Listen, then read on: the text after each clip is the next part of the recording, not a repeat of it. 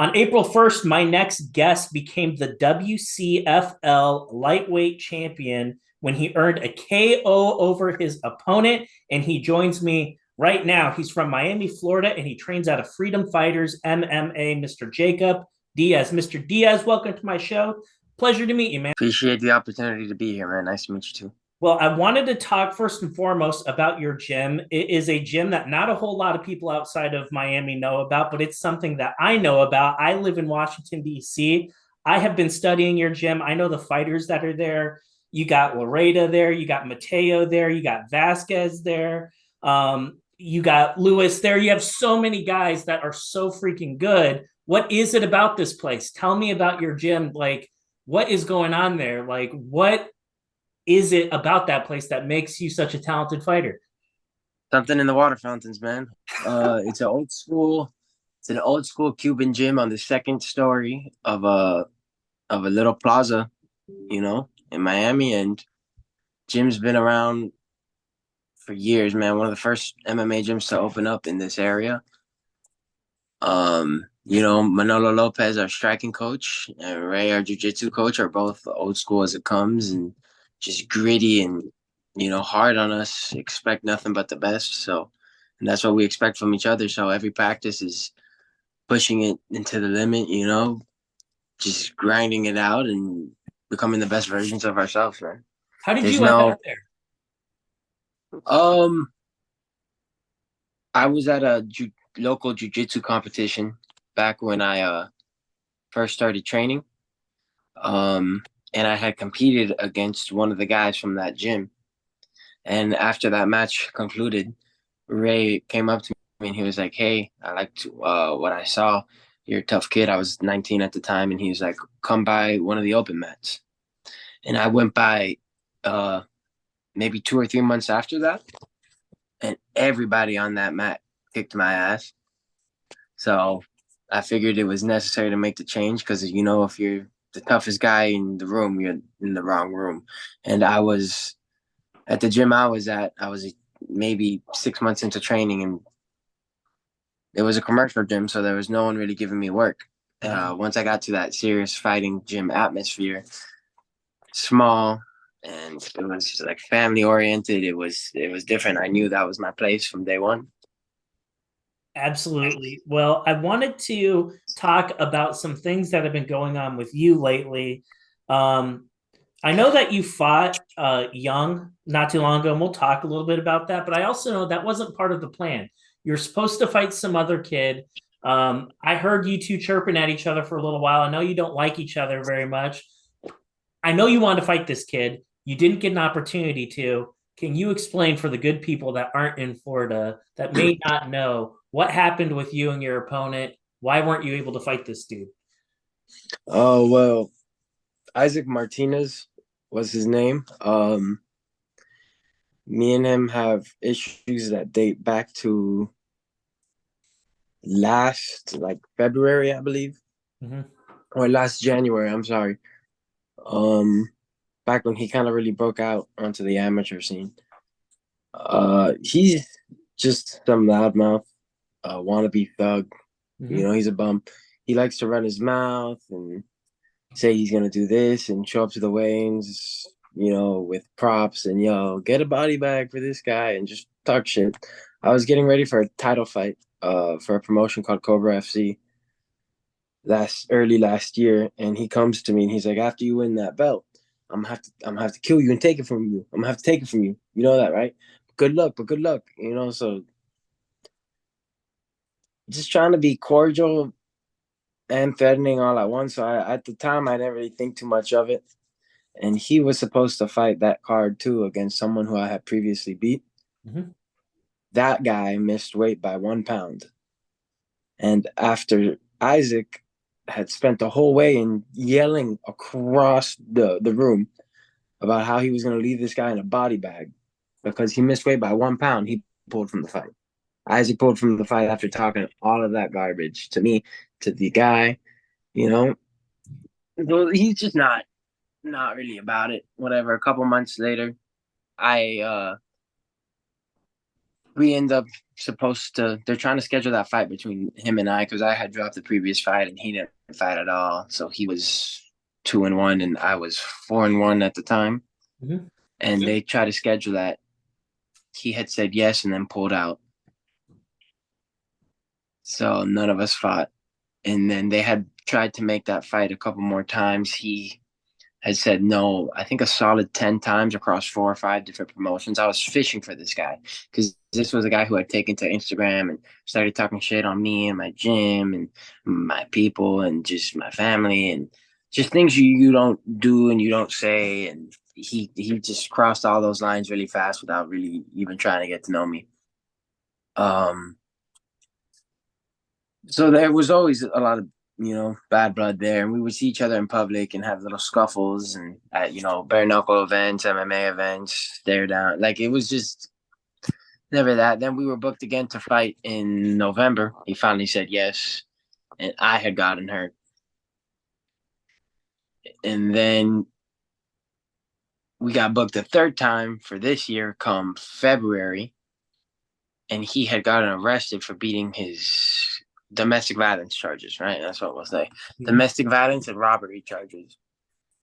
And from my knowledge of the situation, the person dropped the charges on him and he was out, I think on probation, and he got caught with, a healthy amount of drugs maybe 2 or 3 weeks before the fight was supposed to happen.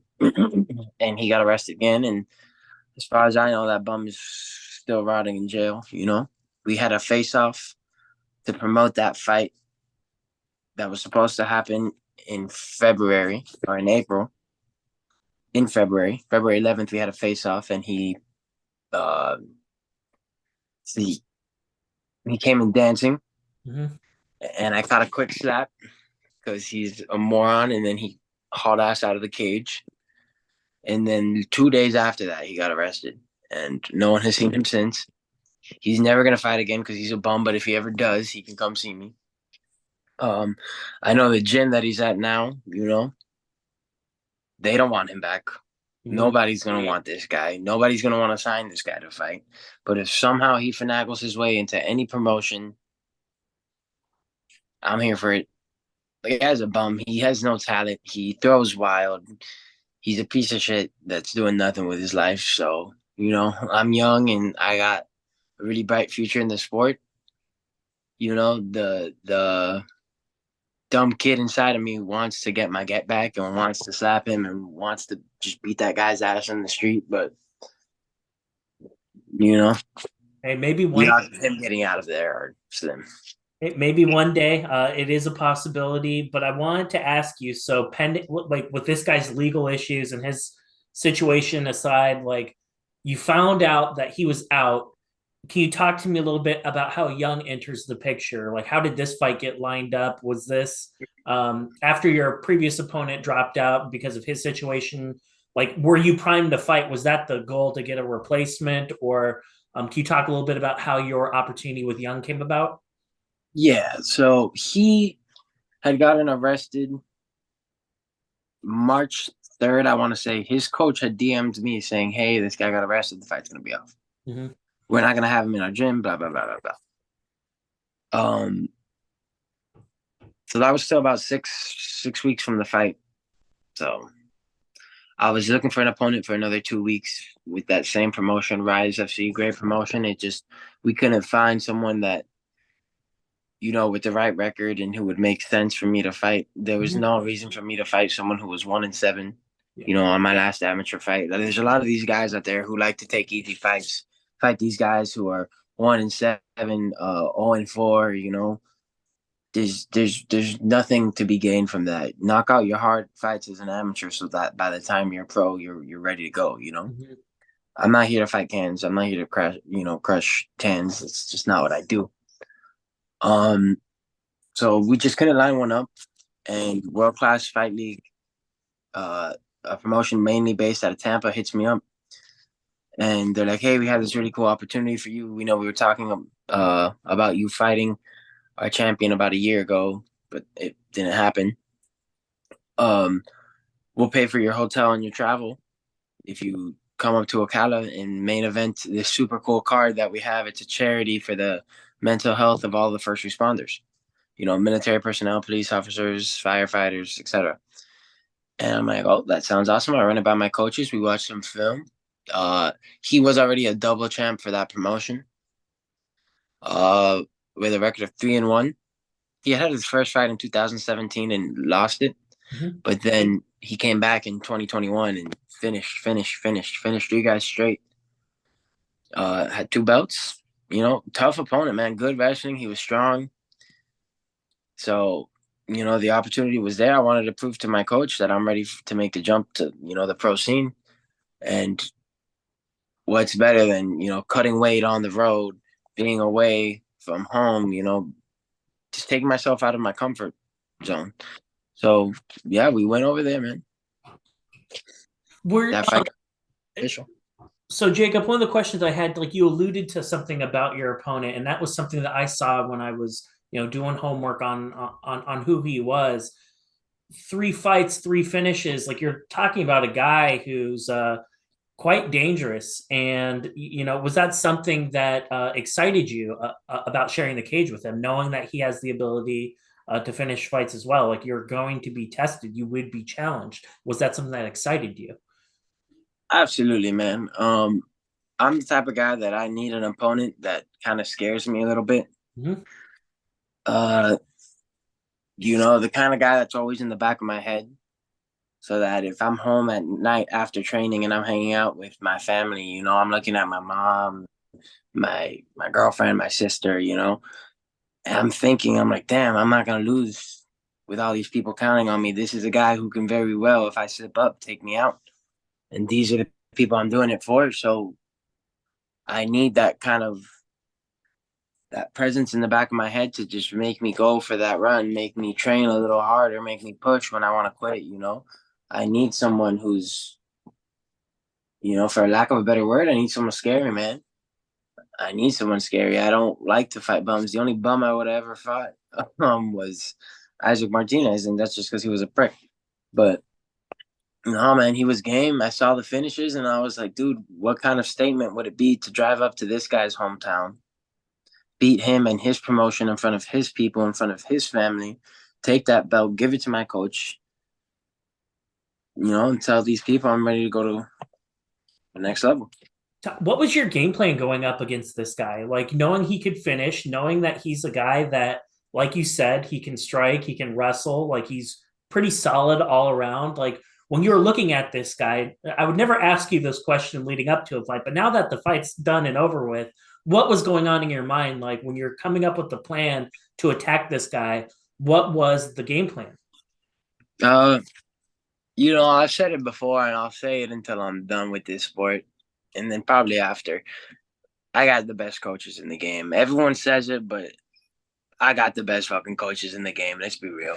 They sat down with me a total twice, once each, and we watched that fight. And by that one time watching that fight, game plan was set. The exact practices were set up. The pads were set up the way that we were going to use them in the fight. And everything that we put together is exactly how the fight went. I had my jiu-jitsu coach and which is Ray, and then I had Justin, which is our wrestling coach and a fighter, working grappling with me on the ground, get ups and takedown defense. And then straight punches with Mono Man, straight punches and leg kicks. We're gonna take this guy out because we knew that he was gonna throw these looping overhands and then dive for a takedown. And that's exactly what happened, man. He came out first 3 seconds looping overhand, went for a takedown on the cage, and it was just the game plan was to keep the fight on the feet. I knew he had good striking, but I knew mine's levels above it. I knew that his jujitsu was probably good, but I knew mine was levels above it. His wrestling, which is his best asset, I knew was good, but I knew technically speaking, mine's better, man. I work like a dog. You know, there's no one that's gonna be better than me. Amateur pro. If your name is on my mind for 6 weeks straight, and you got that space rent free in my head for 6 weeks. By the time we get to that fight, there's nothing that you're gonna give me that I'm not ready to handle. So yeah, man. Game plan was keep it standing, keep it standing. I'm comfortable wherever it goes, but we're gonna make it where it's most uncomfortable for him.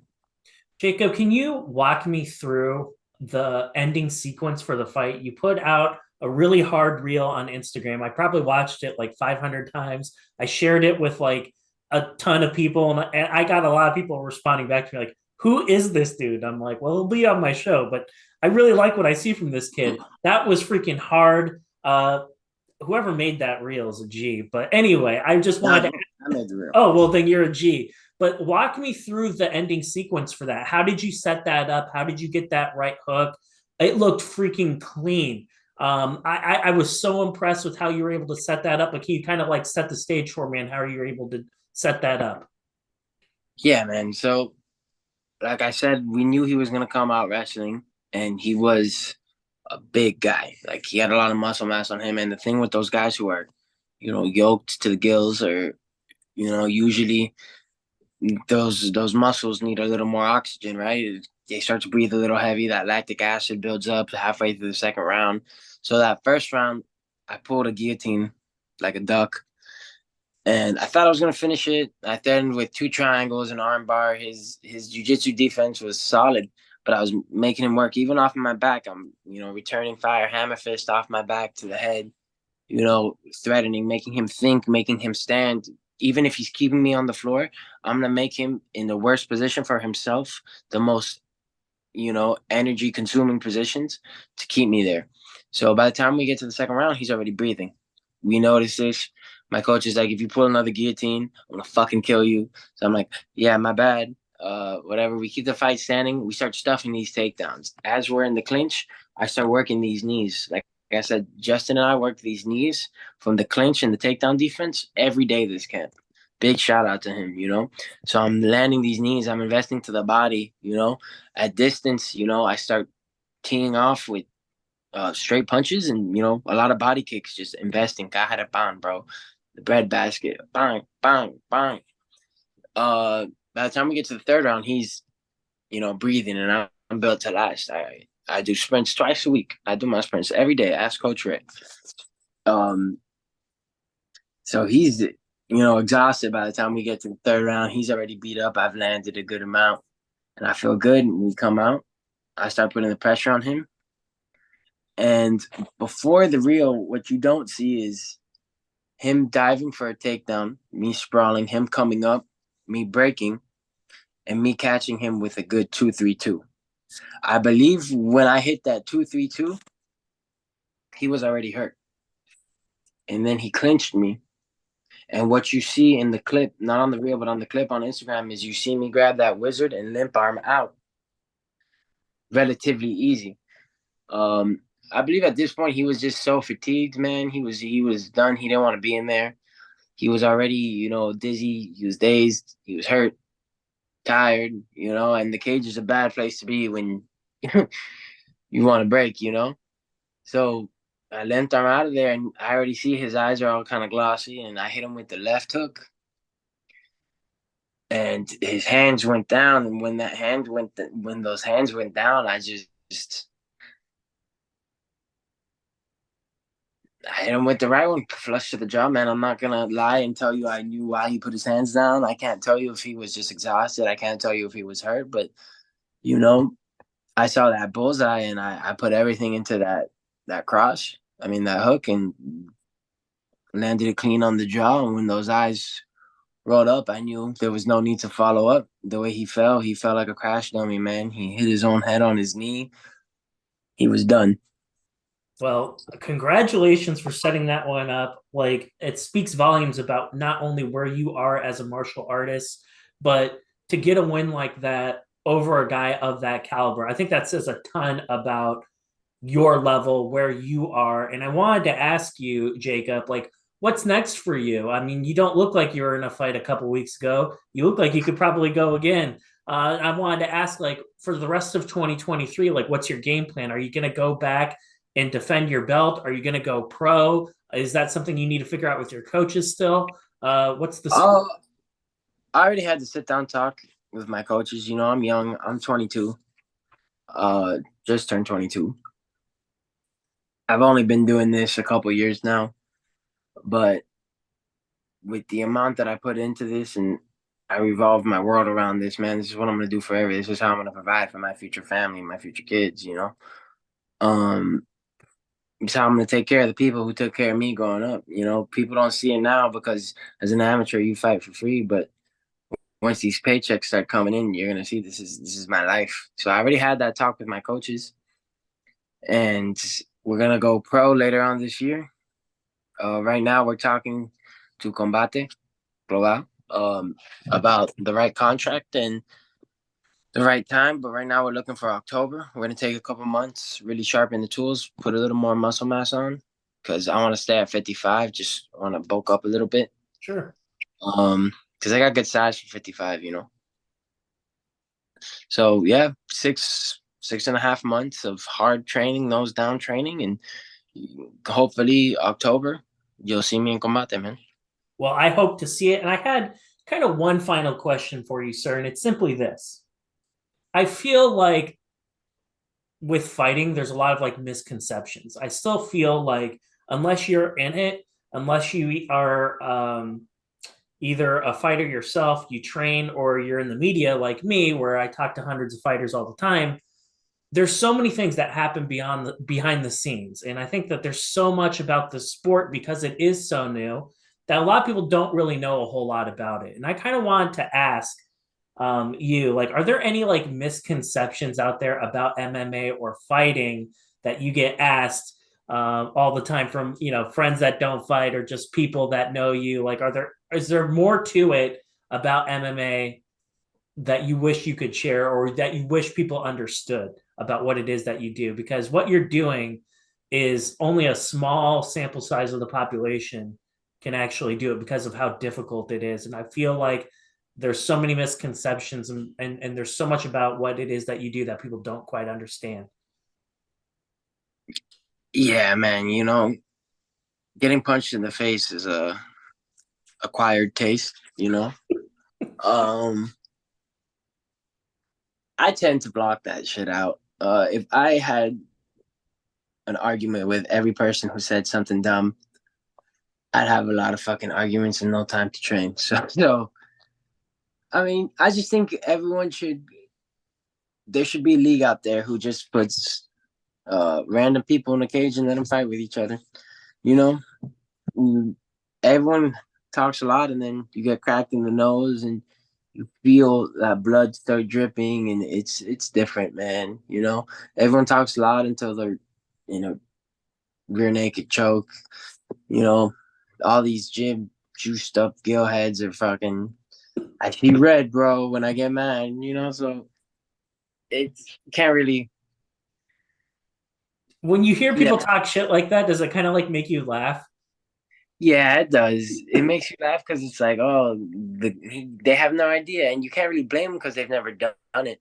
Right. But it's just silly, man. If I had to have a word for it, it's silly, goofy shit, you know. But it is what it is, man. Well, I wanted to give you the final word. I know that you have a lot of people that work with you to make you the fighter that we see in the cage. So if there's anyone that you'd like to thank or anyone that you'd like to shout out before I let you go, I'd love for you to have that opportunity. Man, just everybody who helped me out through this camp. Um, Manolo Lopez, man, head coach of Freedom Fighters.